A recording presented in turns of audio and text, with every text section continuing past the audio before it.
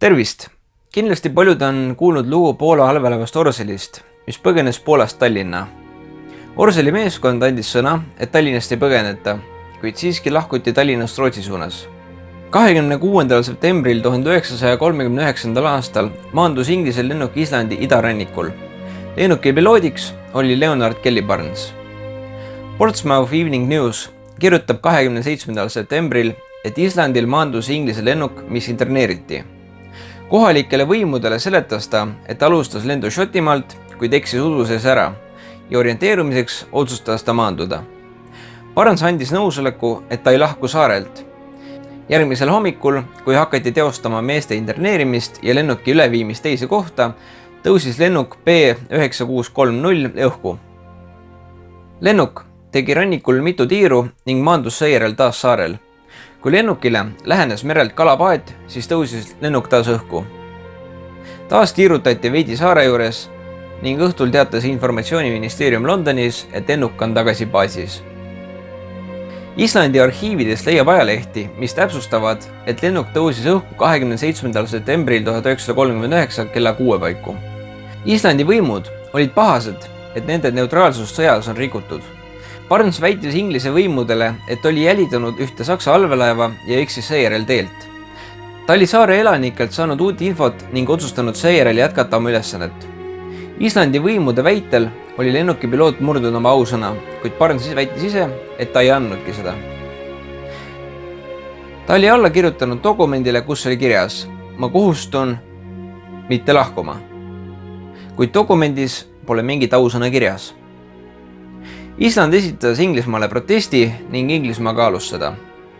Inglased leidsid viimaks, et Barnes on murdnud oma sõna, kuigi mitte ausõna.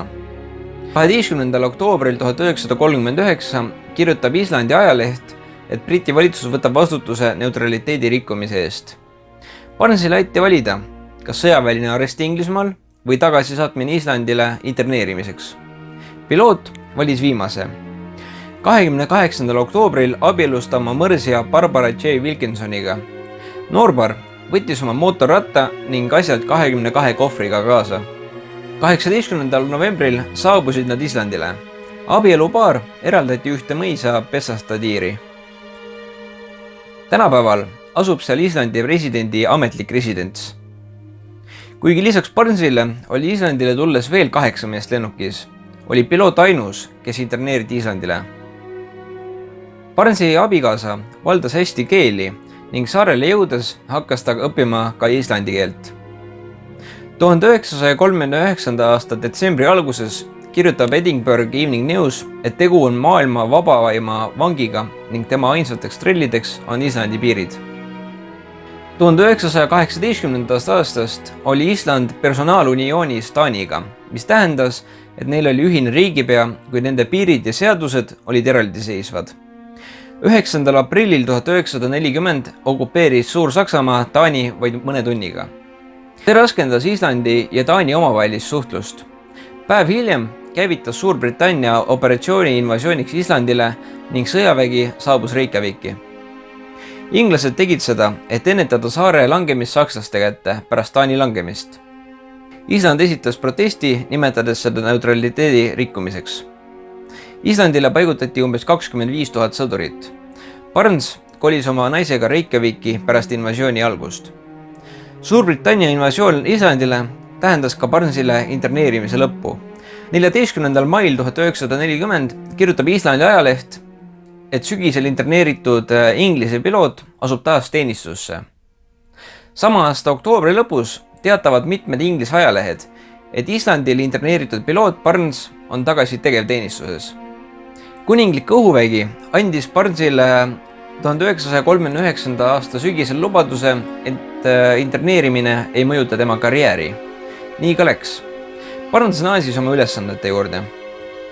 1941. aasta suvel võttis USA vastutuse Islandi kaitse eest üle. Suurbritannia vägede asemele tulid ameeriklased.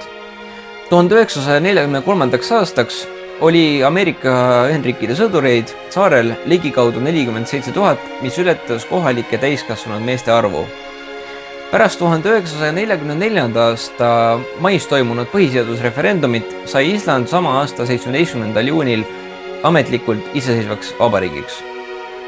Leonhard Kelly Barnes suri 16. detsembril 1948. aastal 46 aastasena. Tänan, et leidsid aja vaadata seda videot. Kui sul on soov mõnest videost, siis anna mulle sellest teada. Kohtume peagi, nägemist!